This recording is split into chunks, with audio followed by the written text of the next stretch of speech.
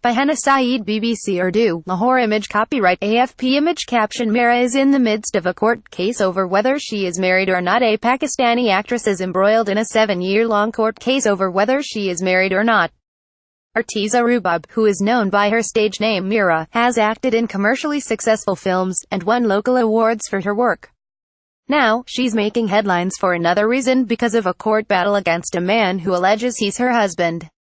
Who is Mira? She's considered a well-known actress in Bollywood, that is, Pakistani's film industry in Lahore. In addition to local films, the 40-year-old has also starred in Bollywood films and has previously expressed a desire to get involved in politics.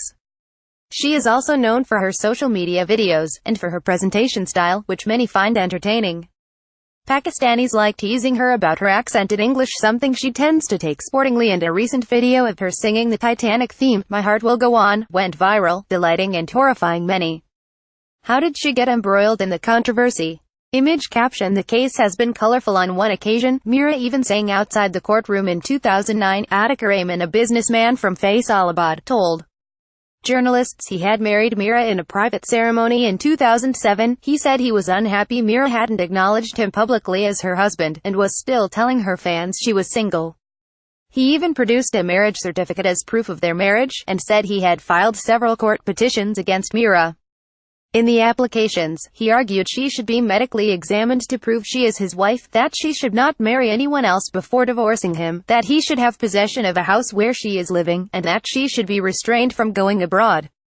Speaking to the BBC, Mira's lawyer Balak Sher Khosa said that a medical application seeking a virginity test for Mira had been filed by Mr. Rahman, who claimed that the actress is not a virgin and that she was lying about being single. This particular application was later dismissed by the Lahore High Court. In Pakistan, such medical applications allow the virginity tests of women in rape and adultery cases, where the woman has to establish that she has lost her virginity as a result of the committed crime. But in cases similar to that of Mira, calling someone their wife or husband, the virginity test can only be allowed with the consent of the involved woman. Atiq's claim was baseless, that's why the court dismissed it. Mira has denied all of Mr. Rahman's claims, and insisted she is not married to anyone. She also filed a countersuit in 2010, challenging the marriage certificate. Who should we believe? The case made headlines across Pakistan when it first emerged, and public opinion is divided. Mira has dismissed Mr. Rahman as disturbed and hungry for fame. She told the BBC Mr. Rahman was a promoter who she had met through a friend, and worked with on a few concerts and tours. Image caption: The actress has previously won film awards. One day, out of nowhere, he presented some fake photographs claiming that we are married.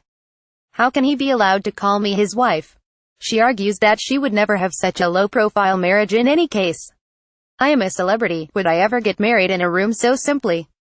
Meanwhile, Mr. Rahman's lawyer, Ali Bukhari, told the BBC he has married Mira in the presence of her mother and uncle. Mira should accept that she is Atiq's wife. Do people really go to court to prove they're married to someone? Yes, this has happened several times at family courts in Pakistan, although this is the first case involving a celebrity. Typically, the cases have involved a man filing a court case, arguing that his alleged spouse should not be allowed to marry someone else. Some men have produced fake marriage certificates in the past. In those cases, the woman can normally win the case after proving that there was never a marriage registered with the local council. But it can be a lengthy process. Mira's case, which has lasted 7 years, has brought attention to how slow Pakistan's family courts can be. She has argued that the claims have hurt her reputation, and made it difficult for her to get married until the case is resolved. I want to get married and have children. Time is running out. Indeed, my work and mental well-being is affected by all this, but I continue to work and travel. Thank you. There are no restrictions on that, she said. What happens now? The marriage row has rumbled on for 7 years, but may finally be reaching a conclusion. Mira's lawyer accuses Atiq Rahman of delaying tactics to prolong the case. Atiq's lawyer has been changed so many times that I have lost count now. They hardly ever come to the court when the case is heard, Balak Sher Khosa told the BBC. Of course, there are some other minor hurdles also, like transfer and absentia of related judge. I am the third lawyer for Mira, but the delay has never been from our side, as Mira has already recorded her statement back in 2011. Last week, a family court within the civil courts in Lahore finally dismissed Mr. Rahman's application that Mira be prevented from marrying anyone else without a divorce.